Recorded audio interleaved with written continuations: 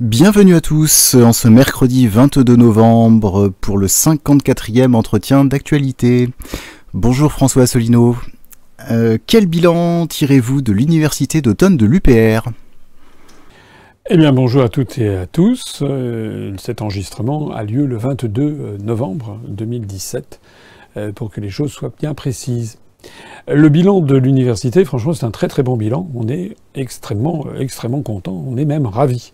Pourquoi je peux dire ça ? Parce que nous avons eu une augmentation de la fréquentation. On a compté 1100 participants. On s'y attendait d'ailleurs, puisque le nombre d'adhérents de l'UPR ne cesse de grimper. On a donc eu 30% de participants en plus par rapport à l'année dernière à l'abbaye de Vermenton, où on avait été aux alentours de 850. Et l'année dernière, on avait eu à peu près 200 adhérents, 200 participants en plus par rapport à l'année d'avant où il y avait à peu près 600 également à l'abbaye de Vermenton. Donc on est actuellement sur un rythme d'augmentation de la participation à l'université d'automne de l'ordre de 30% par an. Qui dit mieux ? Je rappelle que la quasi-totalité des autres partis politiques ont annulé purement et simplement leur université d'été cette année, à la fois parce qu'il est vrai qu'il y a eu la séquence de l'élection présidentielle et des élections législatives, mais aussi parce qu'ils n'arrivent plus à mobiliser. Nous, comme on attendait un afflux record de personnes, on avait décidé de ne pas aller à Vermenton, dans l'Yonne, de changer, et on avait trouvé un lieu qui s'est révélé tout à fait approprié d'ailleurs, qui se trouvait juste à côté d'Azay-le-Rideau, dans l'Indre-et-Loire. C'était très bien. Les gens étaient très contents. Les gens qui nous ont reçus, l'organisation a été de la vie générale très bien réalisée. Ce qui ne gâche rien, c'est que les repas qui étaient servis étaient tout à fait délicieux. En fait, le bilan est vraiment extrêmement satisfaisant. Bilan satisfaisant également par les participants. On avait une table ronde le matin sur les questions de liberté d'expression, où sont venus s'exprimer le samedi matin Philippe Pascot, que l'on ne présente plus, celui qui a fait le livre Pilleurs d'État, celui qui avait lancé la pétition pour que les candidats aux élections désormais doivent obligatoirement avoir un formulaire B3 de vierge, du casier judiciaire vierge, ce qui d'ailleurs figurait dans notre programme. Donc Philippe est venu, Philippe Pascot. Également Philippe David de Sud Radio, qui est la seule radio suivie par le CSA et comptabilisée par le CSA parmi les grands médias, qui accepte de me recevoir régulièrement. Il y avait également Benjamin Mas-Stamberger, qui a été journaliste à l'Express, à Marianne, et qui actuellement est à Polony TV. Et il y avait, pour organiser aussi les débats, Éléonore de Vulpillère, qui a travaillé comme journaliste à La Voix du Nord, à La Vie, ou à La Croix, pardon, excusez-moi, et puis qui maintenant travaille pour les chantiers du Cardinal. Donc on a une table ronde qui était tout à fait intéressante. L'après-midi, une table ronde qui ne l'était pas moins, où sont venus se joindre Jean-Michel Quatrepoint, journaliste, qui a été journaliste au Monde, qui maintenant est retraité, mais qui travaille pour Polony TV et qui est l'un des grands spécialistes des questions industrielles, et puis également Pierre Lévy, du magazine Rupture, qui sont venus l'un et l'autre pour parler des questions de politique industrielle. Et ce qui a été tout à fait inattendu, intéressant, c'est que les journalistes de la table ronde du matin, Philippe Pascot et Benjamin Mas-Stamberger, mais aussi Philippe David, eh bien, ont tous les trois souhaité rester, ce qui n'avait pas été prévu, et en particulier Philippe Pascot et Philippe David sont montés à la tribune et ont participé à la deuxième table ronde, alors qu'ils nous avaient indiqué dans un premier temps qu'ils repartaient pour Paris juste après le déjeuner. Ça veut dire quoi ? Ça veut dire qu'ils ont été tous très étonnés, très favorablement impressionnés par le nombre d'adhérents, de militants, de sympathisants, par la qualité d'écoute, le sérieux, la capacité de cette foule à écouter et à poser des bonnes questions et à s'intéresser à des véritables sujets. Ça les a changés du cloaque de la scène politique française, où il n'y a aucun vrai débat, où il n'y a plus d'université, où les gens sont complètement désespérés. Donc c'était vraiment une très bonne chose. Le soir, après, j'ai fait un discours pour expliquer ce qui s'était passé au cours des 3 années, puisque nous avions le congrès le lendemain.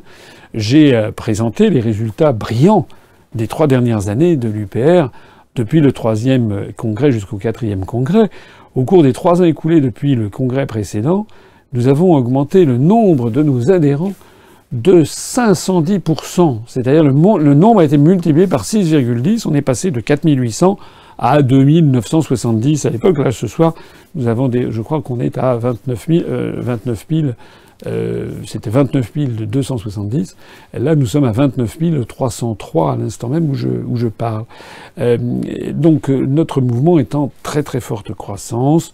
Bien sûr, nous n'avons pas eu les résultats que nous espérions à l'élection présidentielle ou aux élections législatives, c'est vrai, mais nous n'avons pas fait zéro. Nous avons fait à l'élection présidentielle près de 1% avec 332 000 suffrages. Je vois sur Internet, sur des réseaux sociaux, il y a des gens qui me critiquent. Mais ils ont fait quoi, ceux qui me critiquent d'ailleurs? Ils ont fait quoi, ceux qui se sont installés à leur compte, ils ont fait quoi? Rien.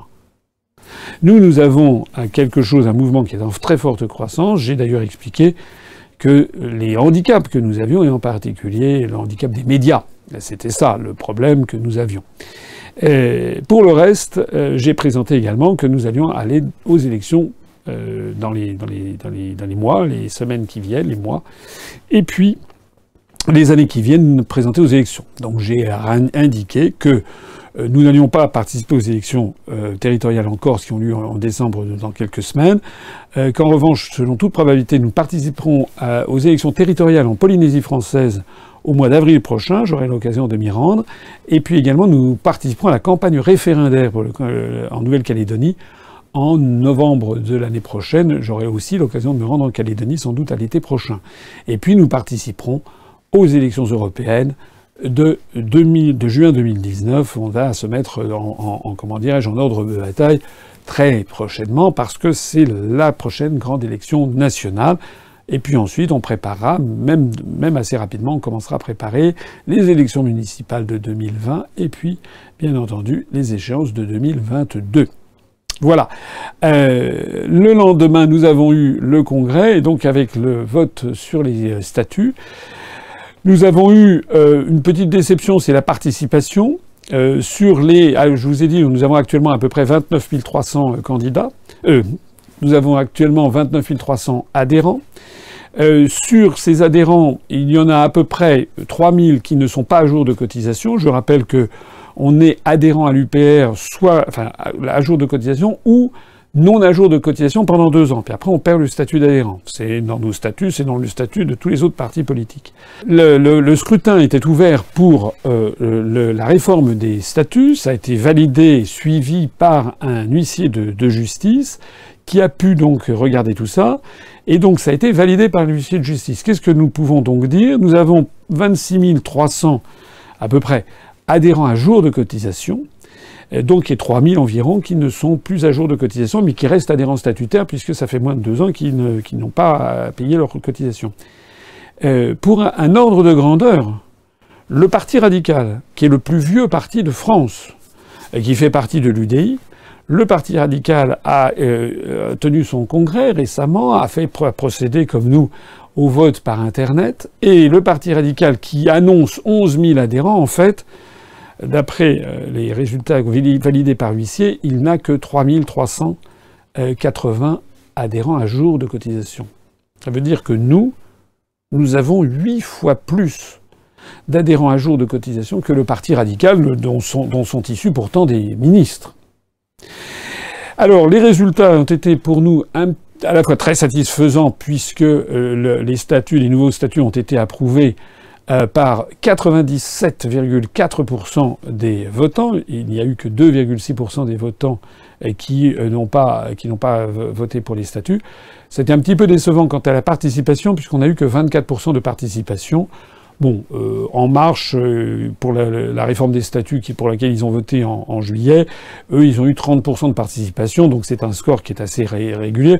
Et pourtant, En Marche avait une durée plus longue que nous, et puis surtout, il y avait eu tout un battage médiatique, rappelez-vous, sur le fait qu'en Marche, on faisait voter les adhérents pour les statuts. Bon, malgré tout ça, ils avaient fait 30%. C'est un peu mieux que nous. Nous, on a fait 24%. Alors, on va en tirer des conséquences pour les prochaines fois. On élargira sans doute la durée du vote, du scrutin, et puis sans doute également, on va mieux expliquer, parce qu'on a eu des demandes, des gens qui n'ont pas bien réussi à comprendre comment ils faisaient pour voter, ils étaient adhérents. On fera peut-être des vidéos, des tutoriels, comme on dit, pour expliquer à nos adhérents comment ils peuvent voter. En attendant, c'est quand même un beau succès. Les nouveaux statuts ont été adoptés.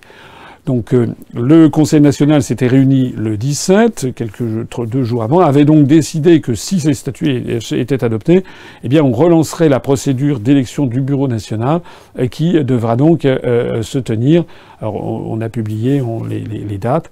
On va avoir la publication, on va laisser plus d'un mois à ceux qui souhaitent présenter une liste donc de 58 noms pour présenter cette liste.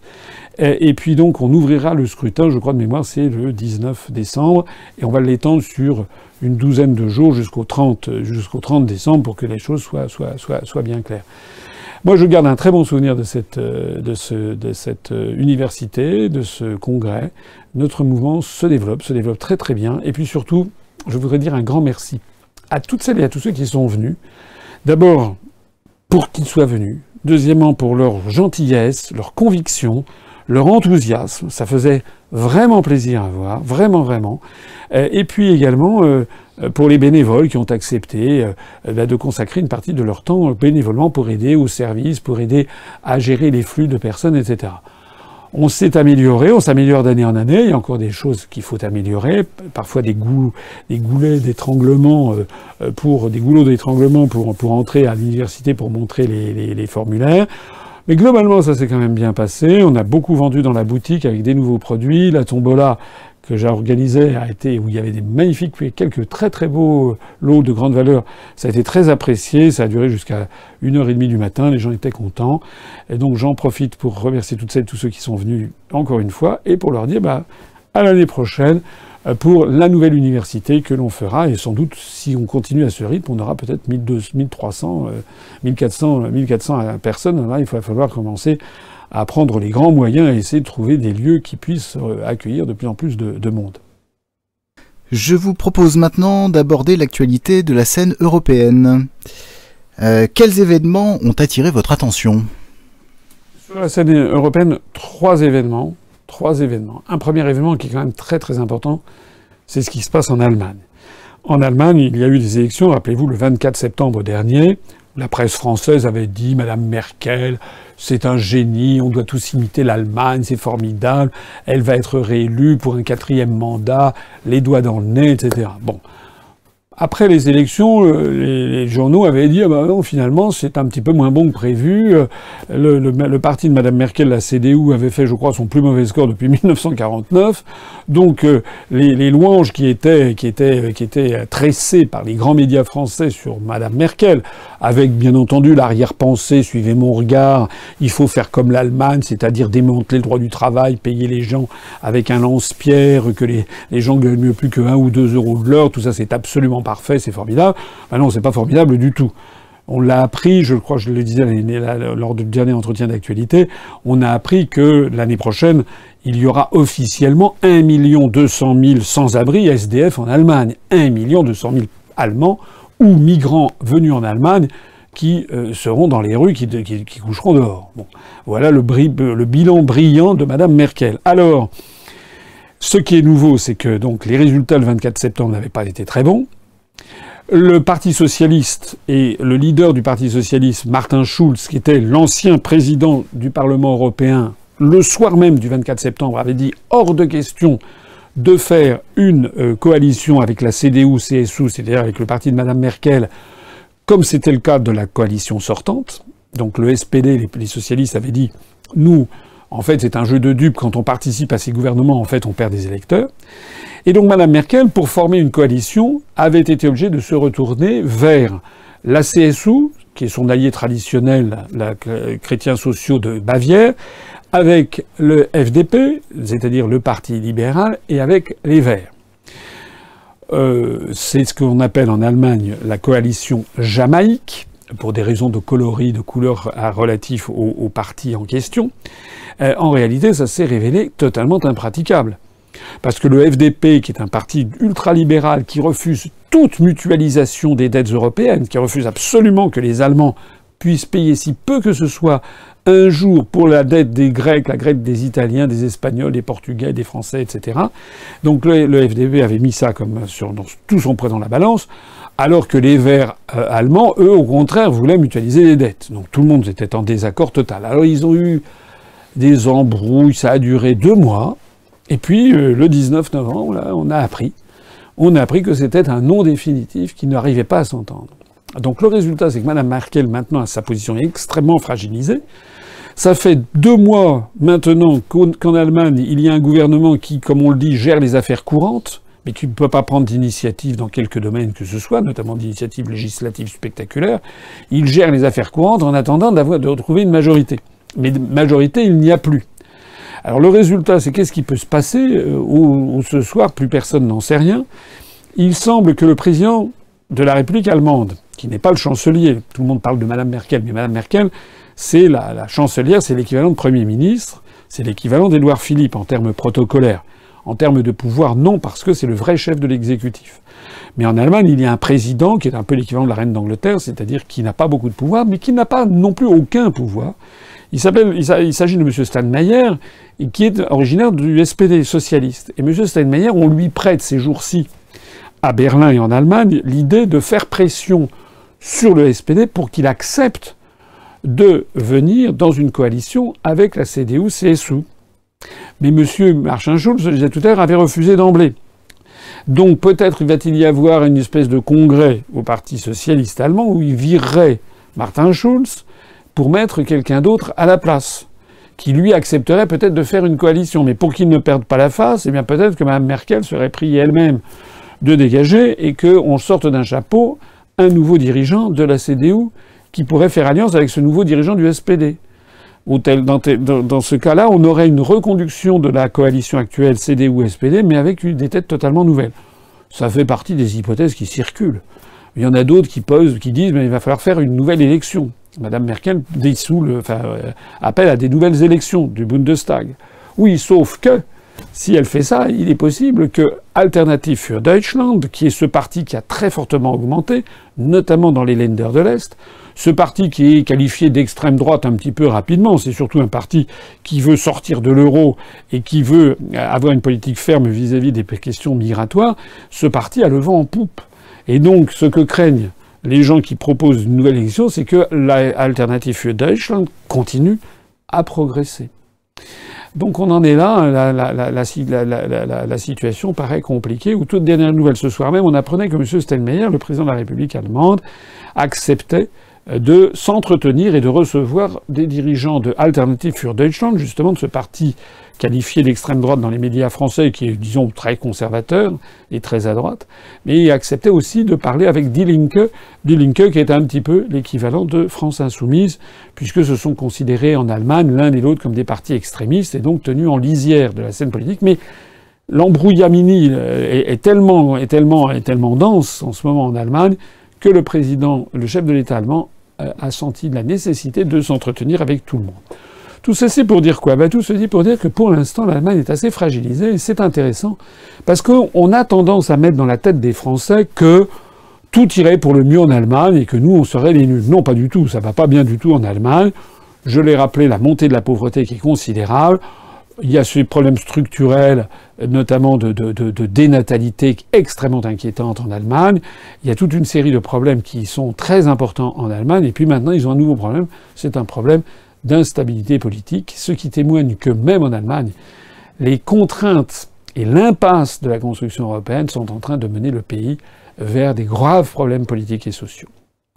Alors, deuxième sujet sur la scène européenne que j'ai noté, ça vient de la Commission européenne qui, on l'apprenait aujourd'hui, a décidé d'envoyer un avertissement à M. Macron pour le budget que la France a présenté pour 2018. Alors, rappelez-vous les épisodes antérieurs. Dans mon dernier entretien d'actualité, j'expliquais que le gouvernement s'enorgueillit en ce moment de probablement pouvoir passer en dessous de la barre des 3% de déficit, 3% du PIB pour le déficit des finances publiques. Et donc, de ce fait, le gouvernement pourrait voir la procédure pour déficit excessif être rapportée par la Commission. J'avais expliqué qu'il y avait des artifices d'ailleurs derrière cette affaire, en particulier le fait que plus d'1,5 milliard d'euros que la France doit verser à l'Union européenne, au lieu que ça soit versé en décembre, seront versés en janvier. Donc ça fait un petit peu de cavalerie qui permettrait de faire baisser juste en dessous de la barre des 3%. Mais en réalité, je vous avais dit, attendons la suite des événements. La suite, voilà, elle arrive très vite, parce que c'est 1,5 milliard s'ils sont pas prélevés en décembre, ils seront prélevés en janvier. Mais il n'y a pas que ça. Il y a aussi le fait que M. Macron a été confronté à la grogne, comme on dit, sociale, en France. M. Macron a été obligé, après le scandale qu'il a fait avec la défense nationale, lorsque le chef d'état-major des armées avait claqué la porte, rappelez-vous, c'était en juillet dernier, M. Macron a été obligé de dire qu'il avait baissé le budget des armées pour 2017, mais qu'il allait le réaugmenter ensuite. M. Macron a été obligé de prendre toute une série d'engagements, parce qu'il y a le feu un peu partout, parce que les problèmes sociaux s'accumulent en France. Et regardez ce qui se passe en ce moment, par exemple, avec les collectivités locales, avec l'Assemblée des maires de France, où les maires de France sont absolument furieux contre les diminutions budgétaires. Eh bien, tout ceci fait que M. Macron et M. Philippe, son gouvernement, ont pris des engagements.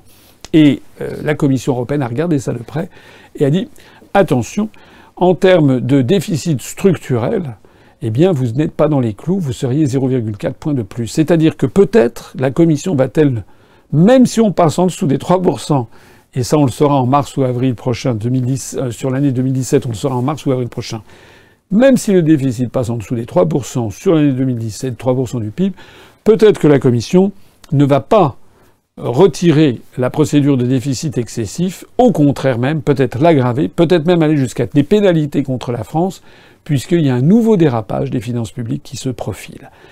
Alors écoutez-moi bien, ce que je vais dire là est très important. Ça fait maintenant, depuis 1999, on pourrait même dire depuis 1992, que tous les gouvernements, tous les présidents de la République, qu'ils soient de droite ou de gauche, qu'ils soient RPR, UDF, les Républicains, le Parti Socialiste, maintenant En Marche, tous se cassent les dents, n'arrivent pas à diminuer le déficit budgétaire. Ça veut donc dire qu'il y a une impossibilité politique, technique, sociale, qui découle à la fois de nos contraintes sociales, de nos contraintes politiques, de notre tissu industriel. Ça n'est pas possible. Nous allons voir si l'année prochaine, la Commission lance des procédures pour plus graves encore contre la France à cause de notre déficit. Alors là, moi, je demanderai des comptes au MEDEF, à tous les journaux économiques, etc., qui chantaient les louanges de M. Macron. Enfin, M. Macron allait résoudre le problème. Il n'arrive à rien. Parce que, tout simplement, la France est mise dans une situation qui n'est pas possible de gérer, qui est impossible techniquement, financièrement, structurellement. La France, tout simplement, ne peut pas avoir la même monnaie que l'Allemagne. Ça n'est pas une question politique, ça n'est pas une question de volonté, ça n'est pas une question... C'est structurellement impossible et je suis persuadé que c'est ce qui va se passer au cours de l'année 2018 et 2019, c'est que les Français vont se rendre compte que M. Macron, il est aussi nul que les autres, il ne peut pas y arriver parce que c'est au-delà d'une capacité d'un responsable politique. Tout ceci, croyez-moi, va nous donner du carburant, en particulier pour les élections à venir, et ça n'est pas pour rien, je le disais tout à l'heure, ça n'est pas pour rien que de plus en plus de gens m'abordent dans la rue en me disant « Continuez, c'est vous qui aviez raison ». Il y a une troisième chose qui concerne la scène européenne. C'est pas tout à fait un détail, je tiens à le souligner, c'est qu'il y a une commissaire européenne chargée du numérique, qui est une Bulgare, qui s'appelle Madame Maria, ça s'écrit I-Y-A, Maria Gabriel. Elle est commissaire européenne de nationalité bulgare, c'est une jeune commissaire, elle a 39 ans, et qui elle s'est emparée d'un nouveau cheval de bataille. Elle veut que la Commission européenne lutte contre le développement sur Internet des fake news, c'est-à-dire des fausses nouvelles sur Internet. Ça veut dire qu'il y a des menaces de censure dans l'air. Ça veut dire qu'on ressasse toujours et encore ces nouvelles venues d'outre-Atlantique comme quoi ça serait la Russie de Poutine qui serait derrière tout ce qui se passe. En fait, le grand méchant loup, si on est dans la situation actuelle, ça serait à cause de la Russie de Poutine et des fausses nouvelles. C'est très inquiétant parce que ça veut dire que de plus en plus, les européistes sont aux abois. Et ils sont aux abois et ils essaient de développer des phénomènes de censure. Alors des fausses nouvelles, moi je vais en donner à Madame Maria Gabriel à la Commission européenne. Les fausses nouvelles, vous voulez qu'on en donne des fausses nouvelles qui devraient être, sur lesquelles la Commission européenne devrait se pencher? Première fausse nouvelle, les armes de destruction massive de Saddam Hussein. Deuxième fausse nouvelle, comment dirais-je, Daesh et qui est derrière Daesh, hein, qui finance? C'est moi qui ai dit lors de le débat du 4 avril dernier, c'est moi qui avais mis les pieds dans le plat devant les autres candidats à l'élection présidentielle en disant que derrière, il y avait le Qatar, il y avait des financements occidentaux, il y avait des armes occidentales. Troisième fausse nouvelle, celle qui est diffusée constamment, c'est que heureusement que l'Europe est là pour nous donner des fonds européens. Ça, ce sont des fausses nouvelles. Parce que les fonds européens qui sont versés à la France, vous le savez très bien, c'est de l'argent que les Français ont d'abord donné bien en volume beaucoup plus important, on n'en récupère que les 2/3. Quatrième fausse nouvelle, quand on dit aux Français que le Royaume-Uni, les Anglais sont effrayés d'avoir voté pour le Brexit, ils voudraient revenir sur le vote, c'est totalement faux.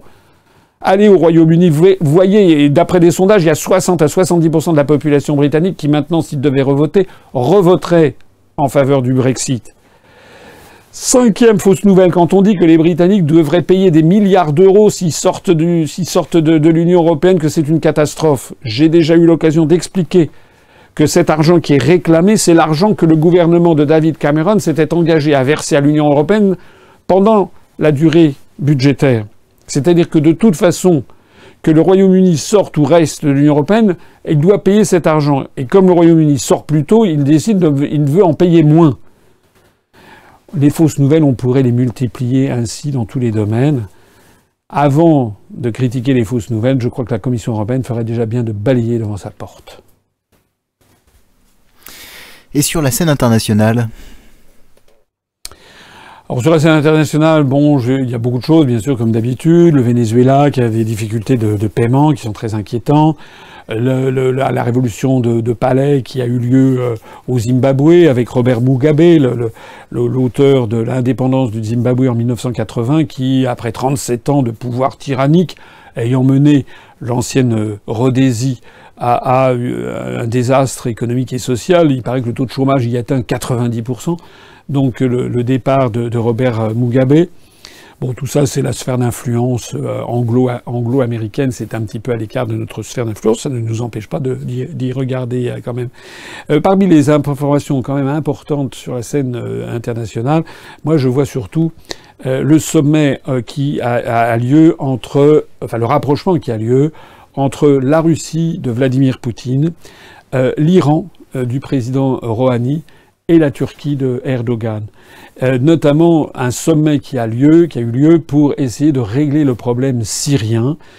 Force est de constater que la déstabilisation de la Syrie, du gouvernement de Bachar el-Assad, qui a été fomentée par les Occidentaux et tout particulièrement par les États-Unis, pour des sombres histoires de gazoducs il y a un conflit entre le gazoduc venant d'Iran et de Russie et un gazoduc venant du Qatar, c'est ça qui se cachait derrière, que toute cette gigantesque manipulation qui a fait des centaines de milliers de morts, qui a ravagé un pays, la Syrie, qui a fait que la France est devenue le larbin des intérêts américains, a lâché son influence qu'elle pouvait avoir en Syrie, eh bien, au bout du compte, hein, comme le dit le proverbe, la vérité finit toujours par triompher du mensonge. On se rend compte qu'en définitive, eh bien, toutes ces manipulations, Daesh financées en sous-main par des intérêts occidentaux, avec des armements occidentaux, tout ça est en train de s'effondrer.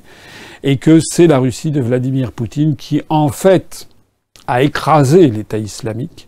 Et que c'est la Russie de Vladimir Poutine qui, en fait, est en train d'essayer de rétablir la paix en Syrie, avec l'aide d'Erdogan pour la Turquie et l'aide de l'Iran de Rouhani. Ça n'est pas fait. Il y a bien d'autres composantes en la matière. Il y a des problèmes lancinants, comme le problème des Kurdes, qui sont à l'est de la Turquie. Le régime de Erdogan en Turquie prête quand même à débat, plus sans doute que celui de Vladimir Poutine ou que celui de Rouhani.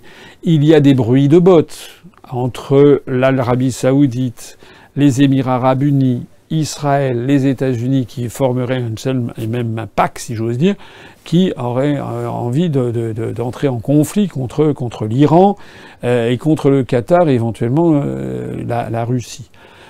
Il n'en demeure pas moins que la situation, quand même, a eu tendance à s'apaiser au Moyen-Orient et que de ce point de vue-là, il faut quand même reconnaître le rôle éminent joué par la Russie de Vladimir Poutine. Édouard Philippe a décidé de bannir l'écriture inclusive des circulaires officielles. Qu'en pensez-vous ? Oui, j'ai vu ça. Le Premier ministre a décidé, pas seulement des circulaires officielles, je crois que c'est sur tous les textes, il parut au journal officiel également, les lois, les décrets, etc., et les circulaires, en effet, de bannir ce que l'on appelle l'écriture inclusive. Alors, moi, d'habitude, je suis quand même souvent très très critique, c'est moins qu'on puisse dire, contre le gouvernement, je le suis toujours d'ailleurs, mais là, pour le coup, j'avais envie d'envoyer un coup de chapeau. Un coup de chapeau au Premier ministre. Enfin, à la limite, c'est le moins qu'il pouvait faire, mais quand même, il aurait pu ne pas le faire. Il aurait pu ne pas le faire, c'est-à-dire qu'il a tranché sur cette affaire. Cette affaire d'écriture inclusive est un véritable scandale. Moi, je parle autour de moi, j'ai beaucoup parlé, je ne connais pas une personne qui soit pour. C'est un truc qui est créé de façon tout à fait artificielle, pour des raisons que j'aimerais élucider, et qui consistent à vouloir démolir la langue française. Encore une fois, l'Académie française a tiré la sonnette d'alarme en disant que c'était un processus de destruction. L'idée de base serait que la langue française serait sexiste. Parce qu'on dirait le masculin l'emporte sur le féminin, donc il faudrait mettre des EES, etc., avec des points, etc. D'abord, c'est horrible. D'abord, vous ne pouvez pas lire un texte de cette façon. Si vous lisez ça, votre esprit est incapable de lire, de se concentrer sur... Imaginez un roman où à toutes les lignes il y a ça devient illisible. Est-ce que l'objectif recherché est de détourner les gens de la lecture, comme si ça ne suffisait pas déjà l'effondrement de la lecture en France? Quand on pense qu'il y a dans des zones d'éducation prioritaire avec des gros problèmes, des collèges, des écoles, des collèges, où il y a parfois dans des classes 10, 15, 20 nationalités différentes, parfois avec des enfants qui sont nés dans des familles monoparentales, ou avec des parents parfois analphabètes venant de l'autre bout du monde. Normalement, l'école de la République est là pour apprendre des grands apprentissages fondamentaux de la lecture, de l'écriture notamment. Est-ce que c'est vraiment le moment que d'introduire un truc qui trouble absolument tout le monde, y compris des personnes qui sont parfaitement alphabétisées et qui ont 40 ans et c'est un scandale.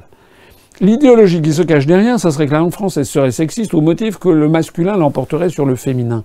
C'est faux. Les Français doivent savoir que la langue française comporte un masculin, un féminin et une réminiscence du genre neutre. Le genre neutre que l'on trouve en latin, que l'on trouve en allemand. Donc lorsque l'on dit Madame l'ambassadeur EUR ou Madame le préfet, c'est pas que le masculin l'emporte sur le féminin, c'est que c'est un neutre. Alors la tradition qui remonte à des centaines d'années maintenant veut que, effectivement, lorsqu'il y a un masculin et un féminin dans une phrase, eh bien, on l'accorde au genre neutre. Il se trouve que le genre neutre est exactement identique au masculin. Mais donc, il y a cette phrase qui a été relancée, le masculin l'emporte sur le féminin. Bon, ça va. Il y a d'autres façons d'assurer l'égalité homme-femme qu'en s'attaquant à la langue. D'ailleurs, j'ajoute que il n'y a pas que la langue française. Il va falloir modifier toutes les langues, mais on ne parle jamais des autres langues, d'ailleurs, assez curieusement. Moi, je m'étonne, par exemple, en anglais, les avions et les bateaux sont féminins. C'est un scandale. Donc, il va falloir que les anglo-américains, ils fassent une écriture inclusive en mettant que the ship, he or she, ça n'a pas de sens. Il y a énormément de langues où il y a ce genre de différenciation sexuée. C'est comme ça. Et la priorité des priorités, c'est d'assurer l'alphabétisation des gens. Ça ne veut pas dire, bien entendu, qu'il ne faut pas prendre des mesures pour assurer notamment l'égalité des hommes et des femmes, ça c'est bien évident. Mais de grâce qu'on ne touche pas à la langue française et que l'on favorise surtout l'enseignement de notre langue. Souhaitez-vous ajouter un dernier mot pour conclure cet entretien ? Un dernier mot, comme j'aime bien le faire depuis quelque temps, j'aime bien essayer d'attirer l'esprit de mes spectateurs sur des informations qui font un peu rêver ou qui nous sortent du carcan habituel. Je parlais de la langue et de l'importance de la langue. C'est également l'importance de la culture. On va créer dans les semaines qui viennent d'autres commissions de réflexion. Il y en a une sur l'immigration, j'en ai déjà parlé plusieurs fois. Et il y en a une que je voudrais créer sur les questions de culture. Et puisqu'on parle de culture, il y a un événement qui s'est produit sur la scène culturelle mondiale il y a quelques jours. Ça a été la vente à New York, à la société de vente volontaire Christie's, d'un tableau de Léonard de Vinci qui s'appelle Salvator Mundi, c'est-à-dire le sauveur du monde, et qui représente le Christ. Alors moi, cette vente m'a fait rêver, d'abord parce que je suis un grand admirateur des tableaux de la Renaissance de façon générale, de la Renaissance italienne et de la Renaissance française en particulier. Et vous savez que Léonard de Vinci était né à Florence, c'est un Italien, mais qui avait été notamment à Gênes, auprès de Ludovic Sforza, et puis qui ensuite, pendant les guerres d'Italie, a été venu en France dans les bagages, si j'ose dire, de François Ier. Et il était venu d'ailleurs en Indre-et-Loire. Il est mort au Clos Lucé, près du château d'Amboise. D'après la légende, on ne sait pas si c'est vrai, c'est sans doute pas vrai, il serait mort dans les bras de François Ier. Mais Léonard de Vinci était venu en France avec sous le bras, si l'on peut dire, il avait traversé les Alpes avec notamment trois tableaux avérés. La Joconde, Mona Lisa, qui était une Florentine, la Vierge Sainte-Anne et l'Enfant, et puis le Saint Jean-Baptiste. Ce sont trois tableaux qui sont actuellement au musée du Louvre et qui constituent des chefs-d'œuvre et des trésors absolus des musées français et du patrimoine national. Alors, il y a quelques années, il y a un tableau qui a été plus ou moins redécouvert, enfin il n'a pas été redécouvert. Il avait été vendu pour 45 livres sterling, je crois, dans les années 1950. Et puis c'est un tableau qui a été nettoyé, et qui a été restauré. Et puis en 2005, un certain nombre d'experts sont, paraît-il, convenus qu'en fait il s'agissait d'un Léonard de Vinci qui avait été perdu de vue, un peu perdu. Il faut savoir que les tableaux de Léonard de Vinci, il y en a moins de 20. Qui existent dans le monde, si on y ajoute d'ailleurs les fresques comme à Milan, au réfectoire de Milan, la scène de Léonard de Vinci. Donc, et puis il y en a une fresque aussi à Cracovie, en Pologne. Donc, en fait, il y a très peu de tableaux, et celui-là aurait été le dernier tableau dans des mains privées, comme on dit, c'est-à-dire n'appartenant pas à une collection publique inaliénable. Alors, des experts assez nombreux sont convenus qu'il s'agissait effectivement d'un tableau de Léonard de Vinci. Les meilleurs experts semblent assez d'accord, mais soulignent que c'est un tableau qui a été très abîmé, extrêmement restauré, et donc que finalement la matière picturale d'origine a peut-être été... il y en a peut-être plus tant que ça. Et si je parle de tout ça, c'est que moi j'ai vu ce tableau, je trouve quand même que c'est quand même un très beau tableau. J'aime bien l'œuvre de Léonard de Vinci. Alors si vous regardez bien ce tableau, il y a quand même des détails qui sont magnifiques. Moi j'aime beaucoup l'œuvre de Léonard de Vinci. Et si vous regardez bien la main, par exemple, du Christ de ce tableau, la main droite, il y a quelque chose d'assez divin, d'assez irréel dans la beauté qui est décrite avec ce qu'on appelle le sfumato, c'est-à-dire les ombres. Léonard de Vinci a été l'un des maîtres pour utiliser cette technique qui venait des Pays-Bas, la peinture flamande, avec des glacis, avec des couches et des couches de peinture à l'huile. C'était une technique tout à fait nouvelle qui venait des Pays-Bas. Donc ce modelé que l'on trouve dans les tableaux de Léonard, regardez cette main, elle est assez extraordinaire, elle ressemble beaucoup à la main du Saint Jean-Baptiste du Louvre. Et puis il y a également l'aspect général de la figure du Christ qui apparaît derrière, avec son sourire sur lequel je vais revenir dans un instant. Mais si je vous parle de tout ça, eh bien c'est parce que ce tableau a pulvérisé tous les records qu'on n'avait jamais vus dans l'histoire des ventes aux enchères des tableaux. Il avait été estimé à 100 millions de dollars. En réalité, il a fait 400 millions de dollars. Et avec les frais divers et variés qui sont afférents, qui sont proportionnels au coût, c'est un tableau qui a atteint la somme faramineuse de 450 millions de dollars, pratiquement un demi-milliard de dollars. On n'avait jamais vu ça. Les tableaux qui s'étaient vendus les plus chers, c'était, je crois, les Demoiselles d'Avignon de Picasso. Je crois qu'ils avaient atteint 170 millions de dollars. Et je crois qu'il y avait eu des tableaux qui avaient été vendus de la main à la main pour 300 millions de dollars entre des milliardaires américains. Mais on n'avait jamais vu dans l'histoire un tableau ayant atteint un tel niveau. Alors ça prête à philosophie à de nombreux égards. D'abord parce que ce tableau est quand même magnifique, même s'il y a eu des repeints, des retouches, même s'il y a eu énormément de restauration. Moi je suis quand même ému par ce tableau qui a quelque chose quand même qui émane quelque chose de ce tableau, comme des tableaux de Léonard de Vinci. C'est ça que moi qui me fait rêver. Il y a une deuxième chose qui me fait pas rêver du tout, en revanche, c'est la commercialisation à outrance de ce genre de truc. Pour atteindre ce tel niveau, Christie's a fait une espèce de véritable opération marketing planétaire. Ils ont filmé, ils ont fait venir des stars pour les filmer en train de regarder le tableau. Et notamment Leonardo, évidemment, DiCaprio. Leonardo comme Leonardo da Vinci, qui a été filmé en train de regarder le tableau. Ils ont fait ainsi des films qu'ils ont diffusés à Hong Kong, en Chine, aux États-Unis, en Europe, etc., pour attirer le chaland. Il y a donc une véritable opération marketing qui est derrière. Et qui peut dépenser une telle somme? Qui peut dépenser 450 millions de dollars, 400 millions d'euros pour acheter un tableau qui fait à peu près, je crois, 60-70 cm de haut? Qui peut dépenser une telle somme?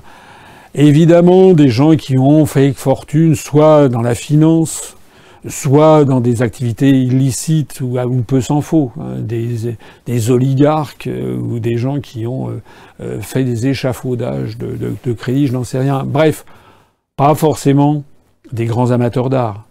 C'est-à-dire que pour se payer un tableau comme ça, faut pas être un amateur d'art, faut plutôt être un requin de la finance ou un requin tout court. Ça prête aussi à philosophie. C'est une espèce de tableau qui véhicule une atmosphère et des valeurs angéliques, presque supraterrestres, et qui est en fait traité comme une marchandise, comme un investissement financier, comme une opération de matu-vu et de bling-bling. Voilà ce que je voulais dire. Je trouve que ça prête à philosophie. Personnellement, le deuxième aspect des choses me révulse. Le premier, j'apprécie. Et je vous prie de regarder en finale le sourire du Christ de ce Salvator Mundi. Rien que ça donne envie de s'intéresser à l'art. Merci beaucoup à toutes et à tous de m'avoir écouté. Et puis comme d'habitude, je conclurai en disant vive la République et vive la France.